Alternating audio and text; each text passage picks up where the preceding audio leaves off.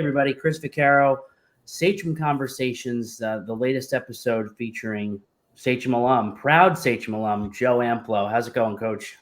Great, Chris. Great to be here, man. I got fired up listening to that song on the intro. Yeah, it's the only way I know. Just tie everything together, black and gold, fight songs, true spirit of this place. This project I started probably about a year ago now. It's an oral history project. There's just so many great people associated with Sachem. Coaches, teachers, alumni, people that really care about the place like I do. And I figured, let's get everybody's voices recorded, video, discussions about them, about their experiences, so we can string together why Sachem is as special as it is, and from the people that lived it, that helped make it that way. And I did a lot of early interviews with the Fred Fasaros, the Jack Mahoneys of the world, and now I've kind of moved into the alumni. That it's the next generation. It's the group of people like you and I that learned from them that are now carrying that torch. And I couldn't think of a better representative of our community doing great things out there in the world. You're doing something that you love. You're doing something passionate that I'm sure we'll talk about, that Sachem helped instill in you, lacrosse, and your pedigree and everything that you got, that you're giving out into the world, into your student athletes. Sachem is the foundation for that, I imagine. Yeah, it absolutely is. One, I appreciate you doing this. It's awesome to see. I came across it on Instagram, a few weeks ago. I didn't know it existed. I know you've been doing great work for years for the Sachem community, and we all appreciate that as alums, keeping us connected, and also keeping the things that for us or me, I know personally, definitely the foundation of who I am as a human being and my life and how I live it each day started at Sachem, and to be reminded of that through your work is I'm extremely grateful for that, Chris. So thank you. Yeah, my pleasure. You're talk about your upbringing. I always like to do this very linear A to Z and start from the very beginning. What was the Amplo house like early on in Sachem? Were you doing youth lacrosse, youth football? How did the sports bug kind of get into your family and into your genes? Well, my parents still live in Farmingville, still live in the house I grew up in. So I'll be up there in a couple of days to visit. And for me, I was blessed to live on a street where there were a lot of kids my age.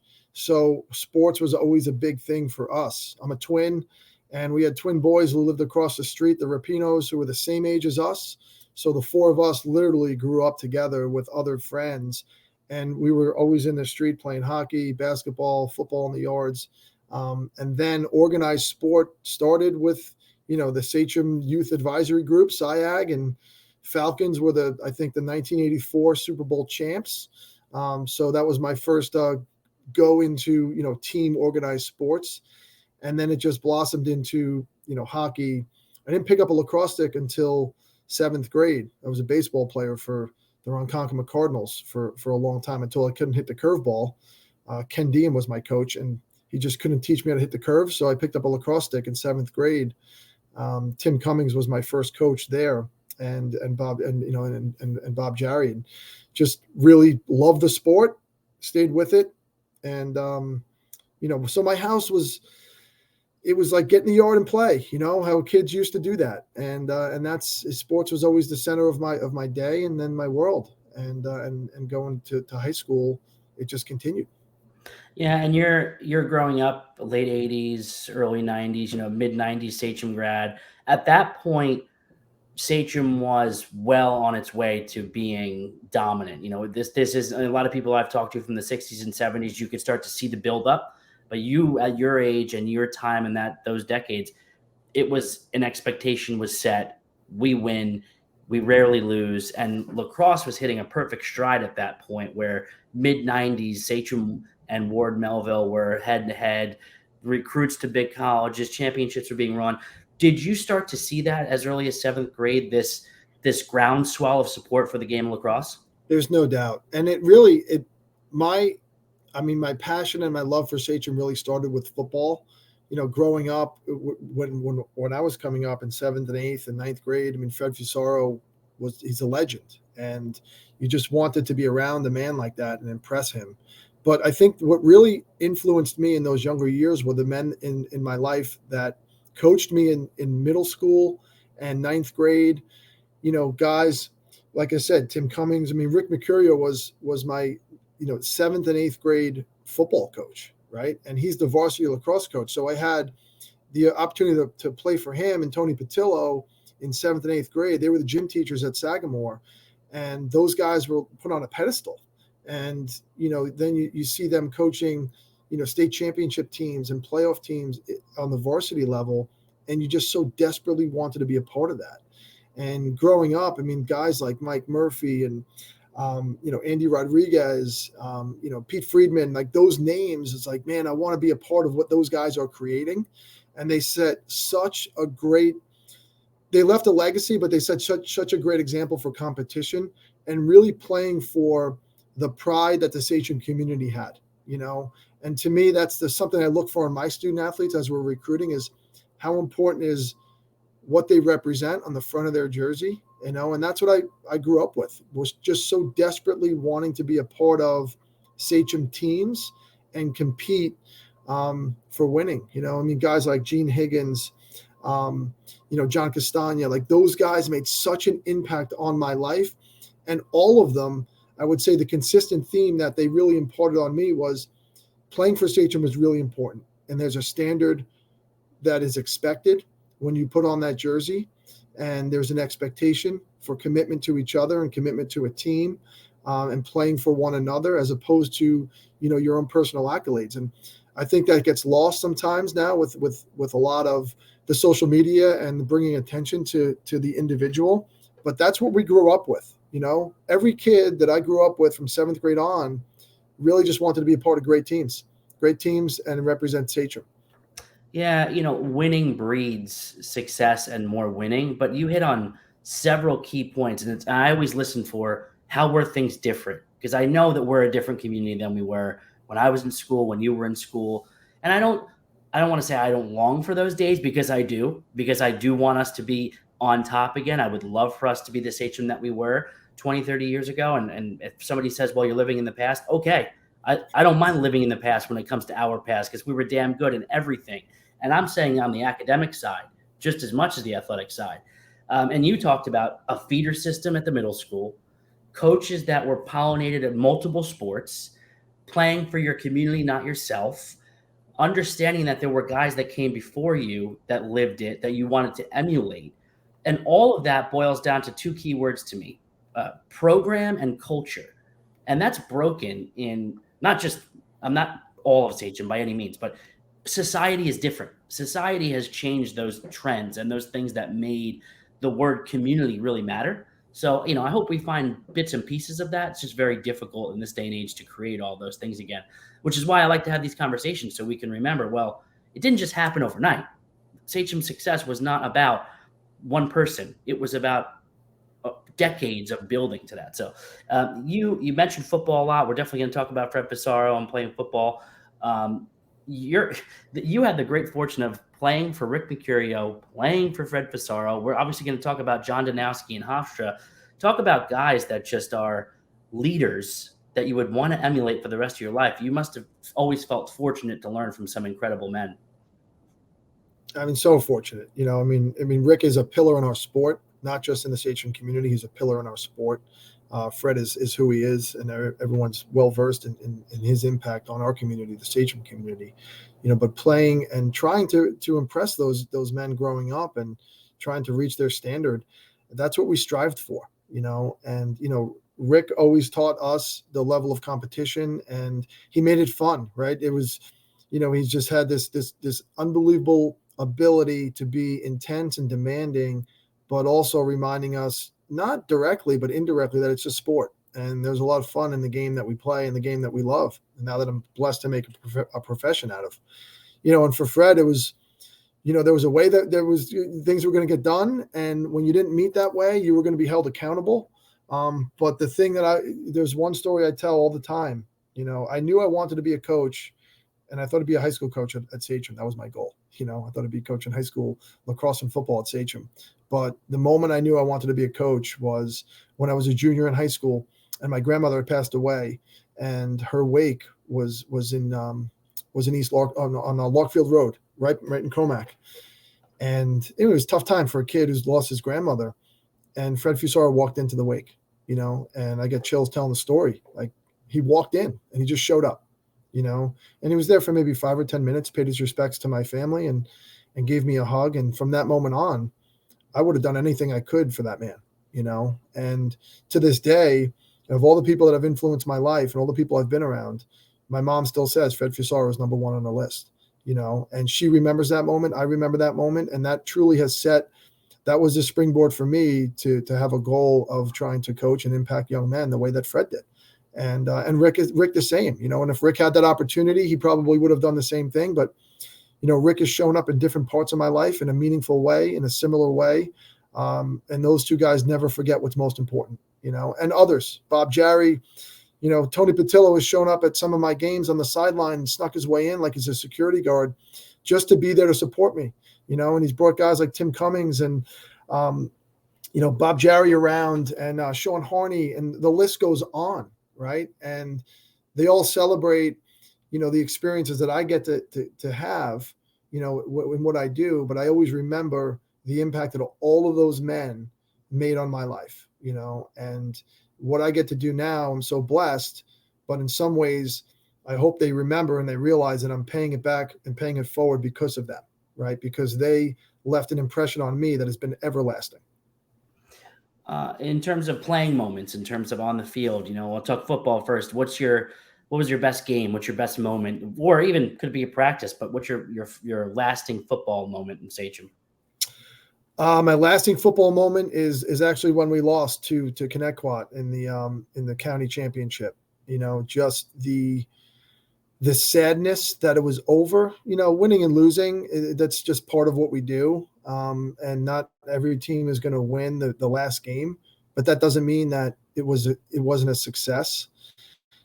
And for me, walking off that field, I can remember it took me a few hours, honestly, to take my helmet off.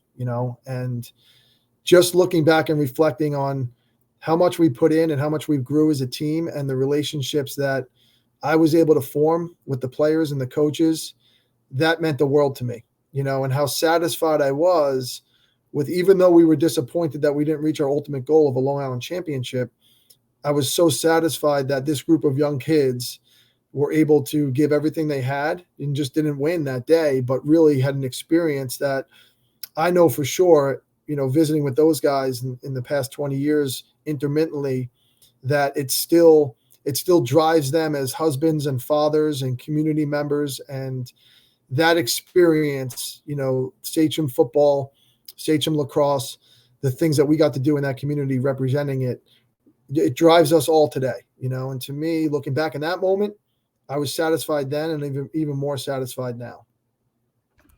And lacrosse moments, anything big there? I mean, you had some big games during your 10-year stretch. I mean, look, I'll go with a positive on this one. Was when we beat Melville probably in the county championship. It was June 3rd, 1995. I still remember the date. It's I'm not going to say it's a password for a lot of things in my world, but it might be, So if anybody finds my ATM card, they know how to get access. But for us, like that was the 93 team, which we were on JV when those guys made their run. You wanted so badly to just to reach that level. And growing up, everything was Ward Melville, Ward Melville, Ward Melville. We got to beat Melville. And we had success in the junior highs in ninth grade against those guys, but it really mattered on June 3rd, 1995. If we didn't win that game, we knew that we were not going to be remembered, or we weren't going to be looked at as a successful group. And it was just a magical day at Hofstra. And the team performed extremely, extremely well. And it's still a moment. I mean, there's different pieces of that day that I'll remember, getting to the field, certainly the game itself, but really when we crossed over right at exit 49 on the LIE, we crossed over from Nassau to Suffolk County. Tony Patillo got up on the bus and he just looked at everyone and said, "We own this county." And that's a moment that I'll remember as a young kid. Like, man, we just accomplished a goal that so many kids with lacrosse sticks in their hands for generations at Sachem wanted to experience, and we were able to experience that, And I still joke with my buddy Kevin Warren, who's the head coach at Georgetown, who was on that team at Ward Melville. Every June 3rd, every year, I still text him. And I just go Sachem County champs, just so he remembers that. So it's a good one. Love it.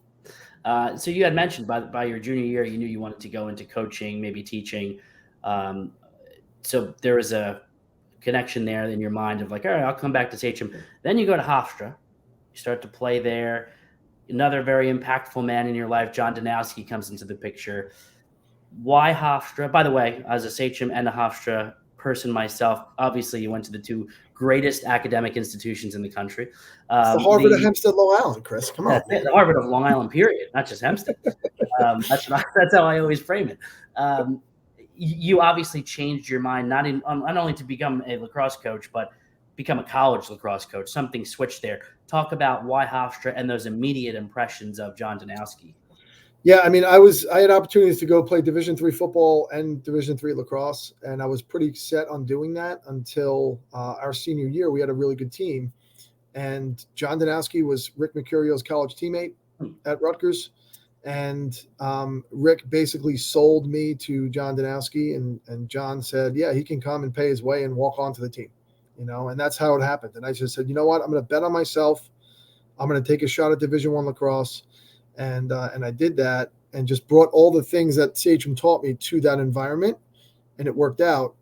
And then, I never thought I would be a college coach. I still was on a path to be a school teacher and go into the, to the school systems and be a coach, hopefully at Sachem. But then Danowski asked me to stay on and help out, the year after I graduated. And once I got into that environment and saw the business of college coaching, and everything that went into it, the recruiting, the administration, the fundraising, all the things that we get to do, how it's a robust program and it's a year-long process.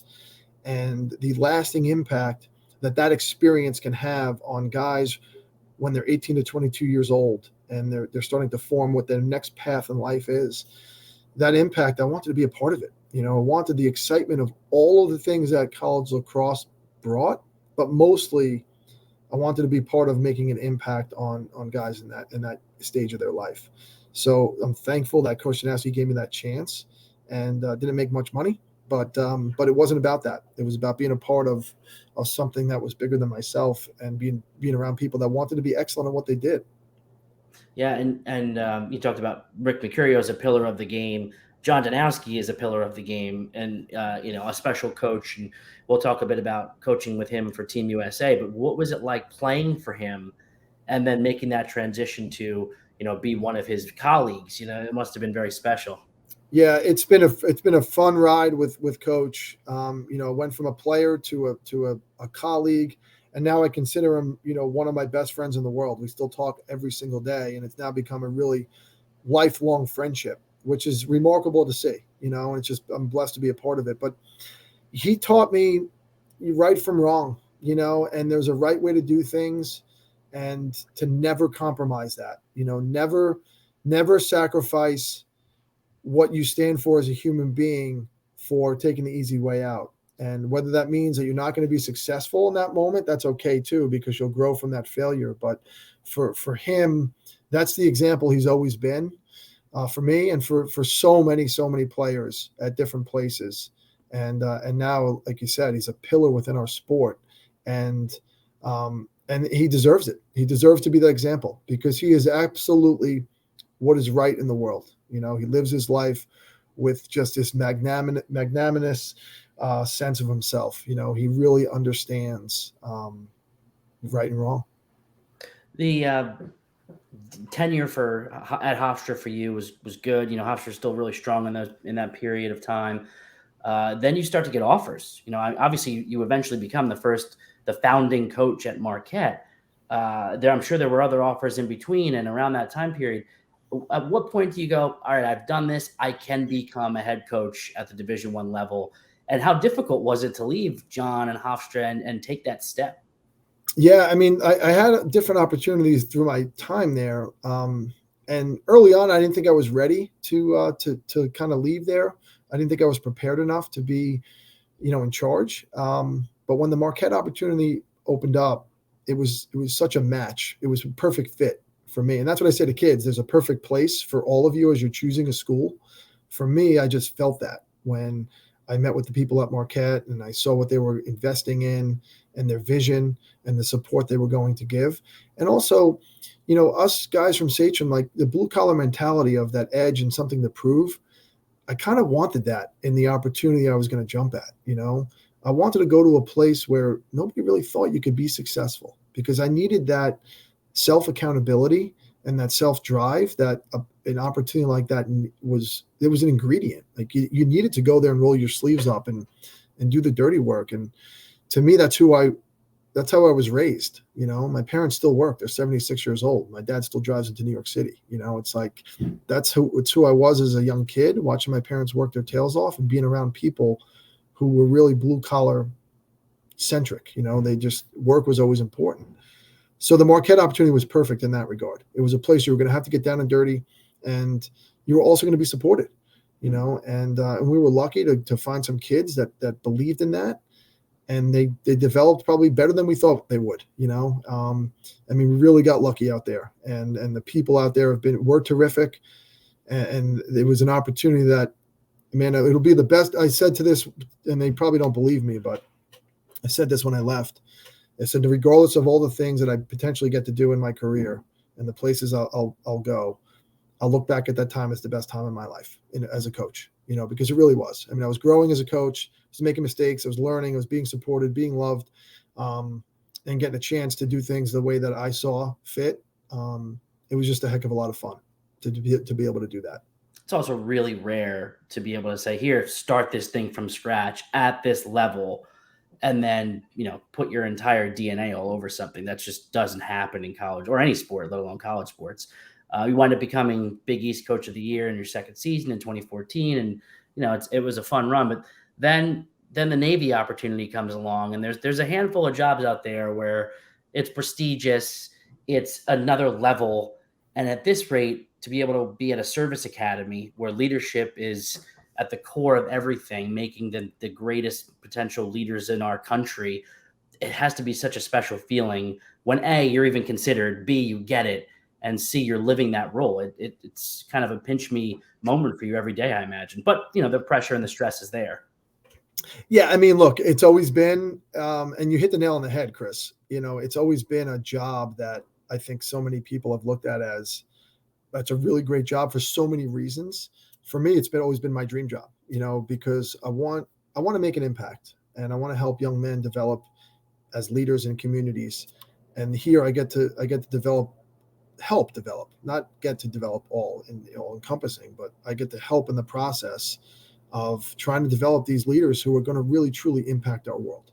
And to me, that's why it was a dream opportunity for me. Getting back to the East Coast didn't hurt. While we loved our time in Wisconsin, just from a family perspective, being out here was helpful. Annapolis is an unbelievable place to live, but really the institution is the reason why it's a dream opportunity, because each day lacrosse is what I get to do in the afternoon, but through most of my time, I'm trying to help develop the world's next great leaders. The things that these young men and women get to do and the opportunities that they have are simply amazing. And I say this all the time. This place is one of the few places on the planet that is truly life-changing. And to me, it's changed my life already. It's forced me to hold myself to a higher standard and think about accountability in a different way. And I get to do that every day with my young men, and be a part of it and watch their development and growth, and then go see what they're going to do in the world. It's truly an amazing experience. The college sports world is such a business today compared to ever before. NILs and there's these different slice of life that you have that may not be the same as Duke or Hofstra or the other school. It's interesting. How do you define you have your own separate set of challenges with your own type of recruits that are different than players that are trying to get a couple extra bucks while they're in college. And I'm sure there are coaches that are not even wanting to coach anymore because of the difficult nature of the business that has become college sports. But you can still hold on to, well, we're worried about leadership. We're worried about, Department of Defense. We're worried about government tied to your program, which is interesting. How do you weigh, your challenges versus the other stuff facing college sports? Look, I can sit here and get frustrated by it, that we can't live in that world with NIL and the transfer portal. to me, I look at it as an extreme positive. I don't have to live in that world. And the young men that we get to recruit and the young men we get to be who get to be a part of our program, they don't want any of that, right? They're here for the right reasons. They're here because they want to find an institution that's going to make a tremendous impact on their life. And they want to take that opportunity to make an impact on the world. That's how they're driven that way. And they're not built any different than kids who choose a different path. But their choice then defines them a different way, right? Their choice then helps build them to great leaders and impactful people that our country needs. And to me, that's the positive, right? I don't have to deal with, okay, we can get you an NIL deal to make you a little bit more financially stable in the short term, but that's not going to make a lasting impact on your life. This institution will. That's a guarantee. And to me, that's the most exciting part. I don't have to bother with any of that. At the end of the season, I'm going to look for young men who want to be a part of this, as opposed to sitting in front of my computer going on the transfer portal where all these other guys are doing that, so it's a blessing not to be able to dive into that world for sure. Yeah, really. And all the college coaches I talk to, even, just in a friendly manner at Hofstra or other coaches I know across the country, their tunes have changed a bit, but you have it's great. You don't have to worry about that. You're saying forget NIL deals. We're offering you a deal that'll change your life on a whole different level, and it's true. There's short term, there's short term success or short term, I don't know, impact for these young men that they're 18 years old. Like they don't realize that, a small NIL deal or an opportunity to transfer when you've got a tough situation in your mind right now, that's not going to benefit you in the long run. It's not going to teach you the resiliency, the toughness, the fortitude, the grit that you need to get through life, and this place will do that on a daily basis, minute to minute. The challenge at this institution will help develop these young men in a way that they couldn't never imagine. I'd be remiss if I didn't ask, as the grandson of a former World War II Navy UDT sailor, coxsman, how important is it to beat Army every year? Well, since we didn't do it this year, I'm like walking around with my head between my legs. The first 2 years, it worked out well for us, but I can't tell you the pressure that you feel. It's an awesome experience to compete against Army. I have so much respect for Army in general, but certainly their lacrosse program and what Joe and his team have done. It truly is a blessing to be able to coach a team in that environment. Of all the experiences that I've had in this game, there's never a moment where I felt more pressure than playing Army. It's just something that is indescribable. Whether it's a championship game, whether it's a game with a big crowd, it doesn't matter. It could be Army Navy with nobody in the stands. It can be Army Navy in a parking lot. You're going to feel this enormous responsibility on your shoulders, the weight of the world. So as a coach, as an athlete, as a competitor, it truly is a magnificent experience and one that we're blessed to share every year, But yeah, importance. You are like the bastard stepchild when you don't beat the Army here. It's not great. I bet. And then we could bring it full circle, tie it all together. Sachem being at the core of your existence, being at the core of your leadership principles. How does it all play into your daily life? What does it all mean to you as putting an end on this chat here? I mean, I said this in my commencement speech a few years ago, that it was awesome to be able to get to do that. To me, it's always been the center of my universe, right? I've told people I'm not from Long Island, I'm from Sachem. I mean, and I truly, truly believe that, because everything that community stands for, everything that the people in our lives when we were going through it taught us, it's the foundation. It's the center of, and I may not reference it every day, but every decision I make, every choice I make goes back to the things I learned there, the things I learned growing up at Sagamore and Sachem High School and Chippewa and those places. We got a kid at camp today who's from Sachem, and I look at him in a different light. I'm like, you're the luckiest kid. You don't know how lucky you are to grow up in that community. And if we can just if I can take what I learned there on a daily basis, the goodness of that community, and put that into the choices and decisions I make each day, then I got a pretty good chance to be successful. Well, I appreciate everything you're doing out there, representing us so proudly. Thanks for taking the time to chat about your story, and keep it going. Keep making us proud. Thanks, Chris, man. Appreciate you.